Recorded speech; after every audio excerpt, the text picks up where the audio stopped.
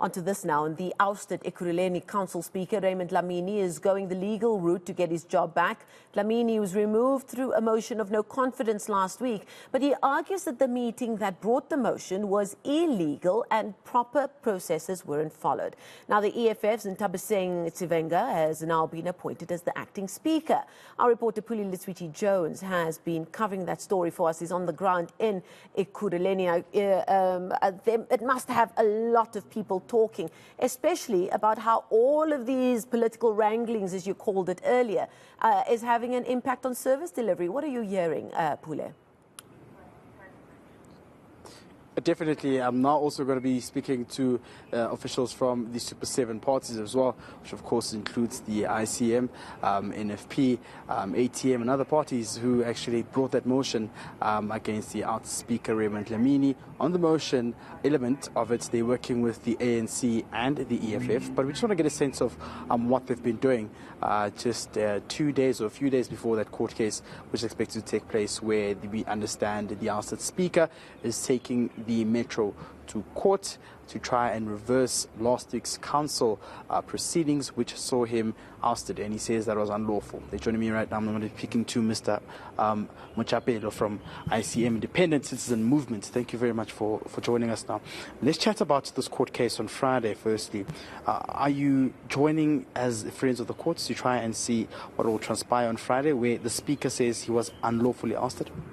Most definitely, Pule, and let me indicate that Super 7 is 7 of the 12 minority parties in council, and that's the collective that has brought the motion against the speaker and the chief whip.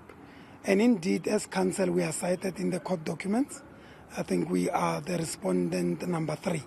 And as a result of that, we felt it necessary that we should submit in our individual capacity as the 140-odd councillors submit confirmatory affidavits to support, the case that was brought against council and the city manager.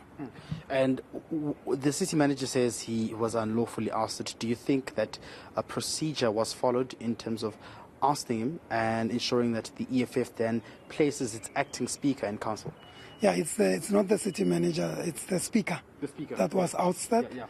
And we strongly believe that the law is on our side.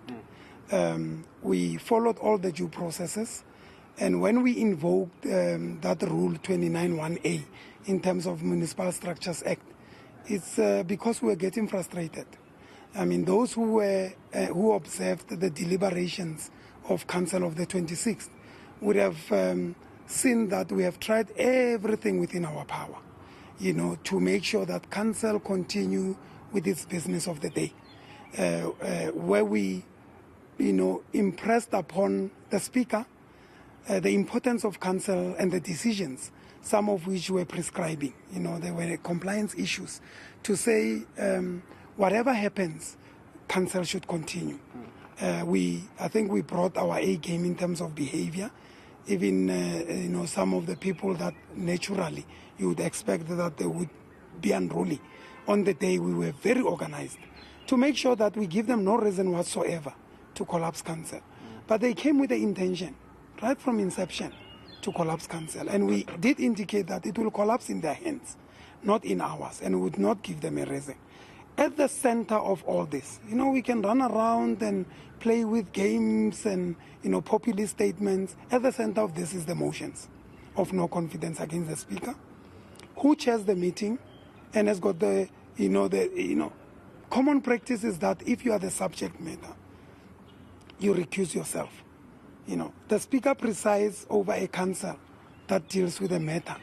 Sorry, how strong is your coalition formation in terms of numbers? I know you said you're working with the EFF and ANC in terms of the motion, or they were supporting you in the motion.